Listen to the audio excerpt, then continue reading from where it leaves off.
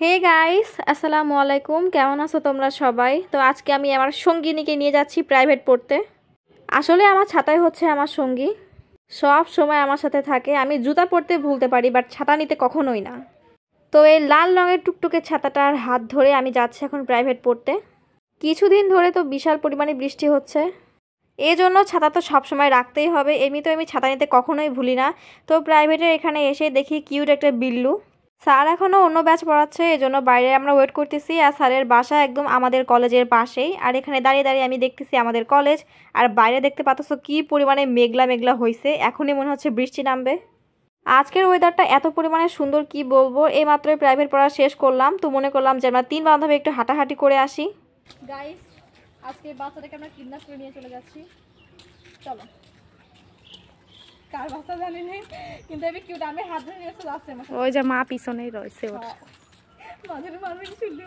তো যাই হোক, একটু ঘোরাঘুরি শেষ করে তখন আমাদের এক বান্ধবী চলে গেল বাসায়।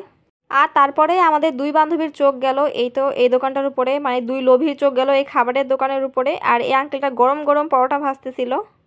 এই দোকানটা কিছুদিনই হয়েছে, তাই মনে করলাম একটু ট্রাই করে দেখি।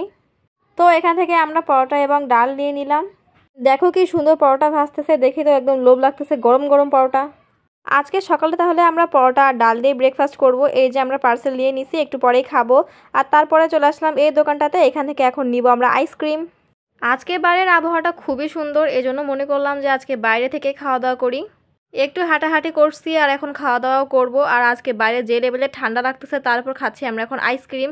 আমি একটা চাও নিয়ে নিছি, বিকজ আমার চা খেতে ইচ্ছা করতেছে অনেক বেশি। সেই পিচ্চির হাতের চা, যে পিচ্চিকে আমি তোমাদেরকে আগেও দেখাইছি, ও অনেক সুন্দর চা বানায় আর ওর হাতের চা আমার খুবই বেশি পছন্দ। তো সবগুলা খাবার এখন আমরা বস্তায় করে নিয়ে চলে আসছি পার্কের ভিতরে। এখানে বসেই দুই বান্ধবী এখন আমরা গল্প করব, তারপরে খাওয়া দাওয়া করব। অনেক মজা লাগছে, তারপর এত সুন্দর একটা আবহাওয়া আর আমার বান্ধবী দেখো মজা করতেছে। পরোটা আর ডালটা কিন্তু বেশ মজার ছিল আর চাটাও বেশ মজার। আর তখন দেখি আমার বোন আমাকে একটা ভিডিও পাঠাইছে, ও এখন খাচ্ছে নুডলস। যাই হোক, তো তারপরে আমরাও খাওয়া দাওয়া শেষ করে চলে আসলাম এখন বাসায়। আর ততক্ষণে বাইরে প্রচুর বৃষ্টি হচ্ছে আর বাসায় আসতে আমার আম্মু আমাকে খাওয়াই দিচ্ছে। ফার্স্টেই বাইরে থেকে খেয়ে আসছি, তারপর বাসায় এসে আম্মু আবার খাওয়াচ্ছে। আমি বলছি যে না আমি খাইছি, বাট তারপরেও আম্মু জোর করে খাওয়াচ্ছে। কিছুদিন পরে আমাদের কলেজে বিদায় অনুষ্ঠান, আর সে উপলক্ষে আজকে দিবে আমাদের টোকেন, এই জন্য রেডি হয়ে যেতে হবে। তো আমি এখন একদম ম্যাজিক করে চলে আসছি রেডি হয়ে। এই ব্ল্যাক কালারের ড্রেসটা আমি ঈদে কিনছিলাম, আর এখানে আমি কি যেন ভকভক করতেছিলাম নিজেও জানি না। ততক্ষণে তো বাইরেও একদম বৃষ্টি শুরু হয়ে গেছে এক দুই ফোঁটা। তো আমিও চলে আসলাম আমার সঙ্গীকে নিয়ে, আবারও যাব এখন কলেজে।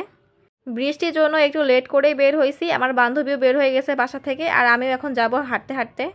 বৃষ্টি দিয়ে কোনো বিশ্বাস নাই ভাই, যখন তখন সে চলে আসতে পারে, এজন্যই আমি আমার সঙ্গীকে নিয়ে যাচ্ছি আবারও। এখন তো বৃষ্টি হচ্ছে না, তবে বিশাল পরিমাণে মেঘ ডাকতেছে এখনই বৃষ্টি আসলো বলে। আর এদিকে দেখো রাস্তার অবস্থা একদম পুরাই 12টা বেজে গেছে। আর দেখো একদম মাঝ রাস্তায় এত পরিমাণে বৃষ্টি শুরু হয়েছে, মানে কি বলবো। তাও আমি কোথাও দাঁড়াইনি, এক হাতে ছাতা আর অন্য হাতে মোবাইল নিয়ে ভিডিও করতে করতে যাচ্ছি এখন আমি কলেজে। আর দেখো এই সিরিয়াস মোমেন্টেও আমার হাসি আসতেছে, মানে কিছুই বলার নাই আর। তো যাই হোক, ফাইনালি চলে আসলাম অনেক যুদ্ধের পরে কলেজে। ততক্ষণে আমার বান্ধবীও চলে আসছে, আর বাইরে কিন্তু বিশাল জোরে বৃষ্টি হচ্ছে, কিন্তু বোঝা যাচ্ছে না ভিডিওতে তেমন। আমি একটু হাত বাড়িয়ে বৃষ্টিতে ভিজতেছিলাম, তেমন ভেজার ইচ্ছা আমার নাই, কারণ জ্বর চলে আসবে, শুধু একটু হাতটাই ভিজাচ্ছি। তারপর বান্ধবীকেও ডাকলাম, সেও এখন আমার সাথে যোগদান করছে এই তো বৃষ্টিতে ভেজাতে। তারপরে চোখ গেল আমার বান্ধবীর উপরে, আমার আরেক বান্ধবী দেখো আসতেছে, সে একদম ছাতা নিয়ে রেডি শেডি হয়ে। তো ফাইনালি একটু বৃষ্টি কমছে আর এখন একটু বাইরে বের হতে পারছি আমরা, এখন একটু ভিডিও টিডিও করবো। আর দেখো তার একটু পরে আবার বৃষ্টি শুরু হয়ে যায়। যাই হোক, ভিজবো পরে, আগে নিয়ে নিই টোকেন, যার জন্য এত যুদ্ধ করে কলেজে আসা। আসলে বিদায় অনুষ্ঠানের দিন এই টোকেন নিয়েই আমাদেরকে ঢুকতে হবে কলেজে, আর এই টোকেনের মাধ্যমে আমরা খাবার পাবো। টোকেন যাকে দেওয়া হবে না সে খাবার পাবে না। ভেতরে যেয়ে দেখি আপু এবং ভাইয়ারা কাজ করতেছে টোকেনের কাগজে। আমি চলে আসলাম বাইরে, আর বাইরে এসে দেখি একটা বাঘের বাচ্চা, সরি একটা বিল্লু এভাবে হেঁটে যাচ্ছে বাঘের মতো। তো ফাইনালি টোকেন পেয়ে গেলাম আমি ভাই। আমি আমার বান্ধবীটাও নিয়ে নিছি। আর ততক্ষণে দেখো আমার আরেক বান্ধবী আমাকে এতগুলো চকলেট গিফট করছে, তার জন্য থ্যাংক ইউ সো মাচ। তো টোকেন নেওয়া শেষ, এখন তিন বান্ধবী যাচ্ছি আমরা ভ্যানে করে।